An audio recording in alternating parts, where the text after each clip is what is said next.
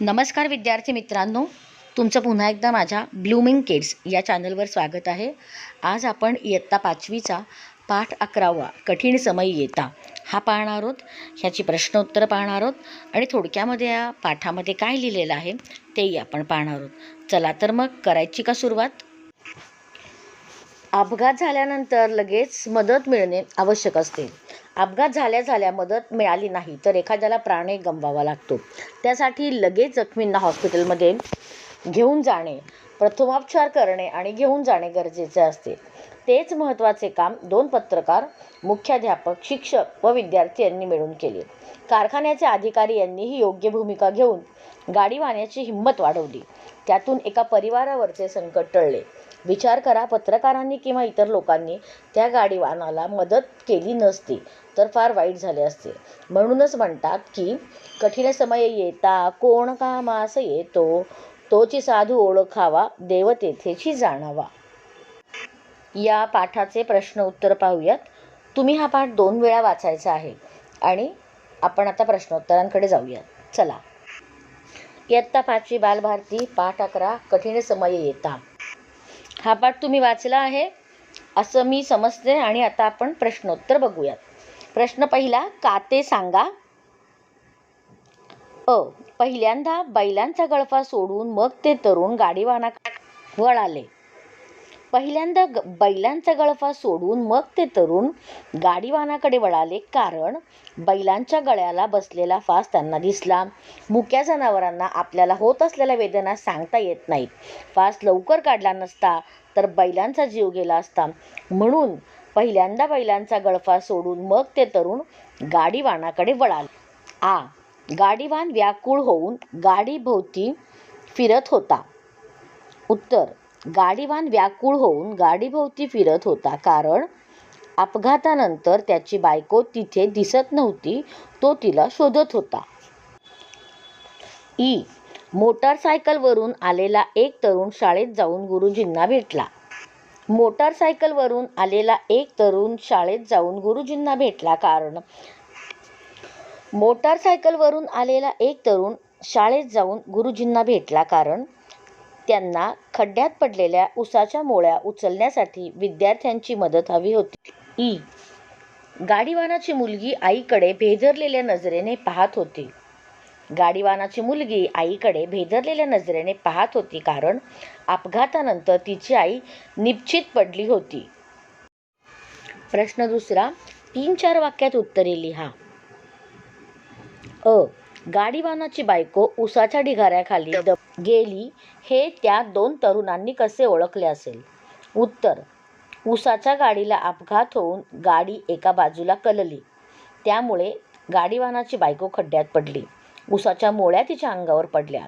त्या 2 तरुणांनी गाडीवानाला गाडीभोवती फिरताना पाहिले. त्याची बायको कुठे दिसत नव्हती. तेव्हा गाडीवानाची बायको उसाच्या ढिगाऱ्याखाली दबली गेली असावे हे त्या 2 तरुणांनी ओळखले. शिक्षक विद्यार्थ्यांना घेऊन लगेच घटनास्थळाकडे का निघाले. उत्तर, एका तरुणाने शाळेत जाऊन गुरुजींना अपघाताविषयी माहिती दिली. त्याने हात जोडून गुरुजींकडे विद्यार्थ्यांची मदत मागितली. एकेका मुलाने एक मुळी जर उचलली तर बाईचा जीव वाचेल ही त्याची विनवणी गुरुजींना कळाली. त्यामुळे अपघातग्रस्तांच्या मदतीसाठी शिक्षक विद्यार्थ्यांना घेऊन लगेचच घटनास्थळाकडे निघाले. गाडीवानाला हुंदके का आवरत नव्हते. उत्तर, अपघातामध्ये त्या 2 तरुणांनी व विद्यार्थ्यांनी गाडीवानाच्या बायकोचा जीव वाचवला. सर्वांनी गाडीवानाला मदत केली, परंतु कर्ज व उसनवारीने खचलेल्या गाडीवानाला भविष्याची काळजी वाटत होती. पण जेव्हा कारखान्याच्या अधिकाऱ्यांनी त्याला दवाखान्याच्या खर्चाची व कामाची हमी दिली तेव्हा गाडीवानाच्या डोळ्यातून अश्रू आले. अधिकाऱ्यांच्या आश्वासनाने भारावल्यामुळे गाडीवानाला हुंदके आवरत नव्हते. प्रश्न तिसरा, या पाठात खालीलपैकी कोणाची भूमिका तुम्हाला जास्त महत्त्वाची वाटली, का ते सांगा. उत्तर, मला पत्रकार आणि मुख्याध्यापक या दोघांच्या भूमिका जास्त महत्त्वाच्या वाटल्या कारण पत्रकारांनी मदतीसाठी केलेली विनंती मुख्याध्यापकांनी मान्य केली आणि मुलांना शाळेच्या वेळेत शाळेबाहेर मदत करण्यासाठी जाण्याची परवानगी दिली. त्यामुळे एका आईचा जीव वाचला. प्रश्न चौथा, वाक्यात उपयोग करा. प्रसंगावधान राखणे. अचानक घराला लागलेल्या आगीमधून अनिलने प्रसंगावधान राखून गॅस सिलेंडर बाहेर आणला. त्यामुळे पुढचा धोका टळला. काळजात धस्स होणे. शेतामध्ये बिबट्याच्या पायाचे ठसे पाहून रामरावांच्या काळजात धस्स झाले. भेदरलेल्या नजरेने पाहणे. गावात शिरलेल्या पुराच्या पाण्याकडे सर्वजण भेदरलेल्या नजरेने पाहू लागले. हायसे वाटणे. लग्नाला वेळेवर पोचल्याने साधना काकूंना हायसे वाटले. डोळे पाणावणे. नवरीला सासरी जाताना पाहून सर्वांचेच डोळे पाणावले. प्रसंगाचे गांभीर्य जाणणे. प्रसंगाचे गांभीर्य जाणून सर्वांनी पूरग्रस्तांना मदत केली. मार्गी लावणे. लग्नात डीजेवर बंदी आणून पोलिसांनी ध्वनी प्रदूषणाचा प्रश्न मार्गी लावला. निश्चित पडणे. सिंहाच्या जबरदस्त हल्ल्यामुळे जखमी झालेले हरीण निश्चित पडले. प्रश्न पाचवा, पाठातील विरुद्धार्थी शब्दांच्या जोड्या शोधा व लिहा. मोठ्या, छोट्या. पूर्ण, अपूर्ण. जिवंत, मृत. स्वच्छ, अस्वच्छ. आत, बाहेर. लवकर, उशिरा. उशिरा, लवकर. खाली, वर. उभी, आडवी. चढण, उतार. कच्चे, पक्के. प्रसिद्ध, अप्रसिद्ध. प्रश्न सहावा, या पाठातील घटनेसारखी एखादी घटना तुम्ही पाहिली असेल तर त्या घटनेचे वर्णन करा. हा प्रसंग माझ्या चिन्मयदादाने सांगितला होता. तर रविवारचा दिवस होता. नुकताच पाऊस पडून गेल्याने रस्त्यावर तुरळक गर्दी होती. चिनूदादा व त्याचे मित्र गणपती मंडळाच्या ओट्यावर बसले होते. बाईकवरती एक काका काकू येत होते. बाईक चालवताना काकांना काहीतरी अडचण येत होती असं दिसत होतं.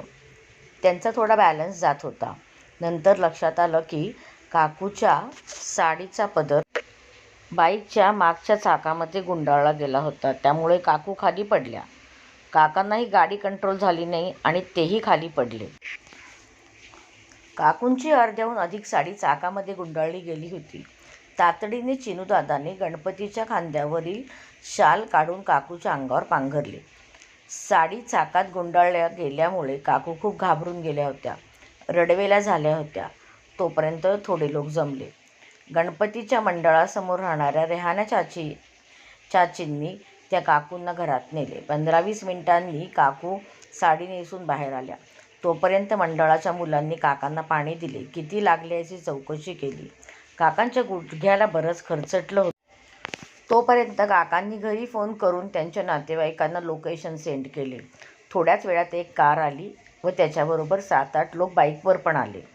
त्यांनी काकांना व काकूंना कारमध्ये बसवून घरी नेले. मॅकॅनिक विजूदादाने उद्या येऊन गाडी घेऊन जा असे काकांना सांगितले. एकमेकांना मोबाईल नंबर देऊन ते लोक घरी गेले. चंद्रोदय कधीच होऊन गेला होता. दादा घरी आल्यावर आजी म्हणाली, काय रे, काय असतं रे सारखं सारखं मंडळात? घरची आरती कोण करणार? उठायचं आणि त्या मंडळात जाऊन बसायचं टाईमपास करत.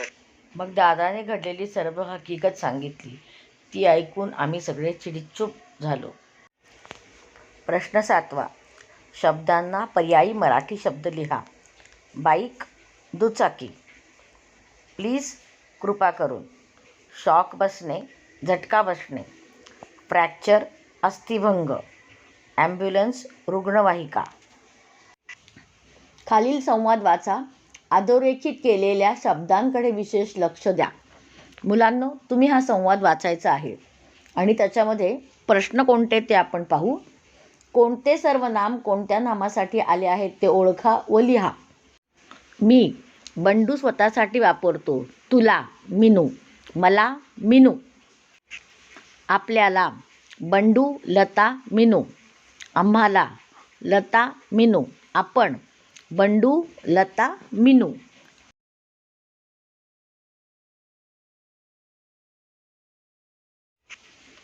प्रश्न 2, या पाठातील सर्वनाम शोधा व लिहा.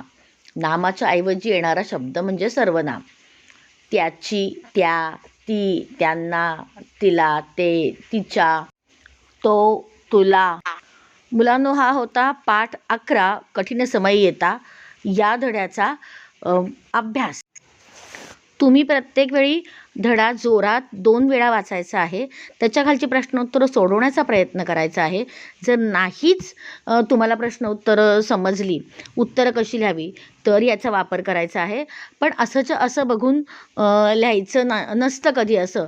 अशी तयार उत्तर लिहायची नसतात. तुम्हाला ही का सांगितलेलं आहे मी, तर तुम्हाला ह्याची मदत व्हावी म्हणून, अभ्यास करताना मदत व्हावी म्हणून. पण सगळे कष्ट हे तुम्हीच करायचे आहेत बरं का. आयत्या उत्तरांची सवय लावून घेऊ नका. मदतीसाठी जर घरी कोणी नसेल तर अभ्यासामध्ये मदतीसाठी याचा नक्की वापर करावा. चला तर मग लवकरच भेटूयात पुढच्या पाठामध्ये त्याची प्रश्नोत्तरं घेऊन. तोपर्यंत माझं चॅनल बघत राहा, सबस्क्राईब करा, लाईक करा आणि शेअर करा. बाय.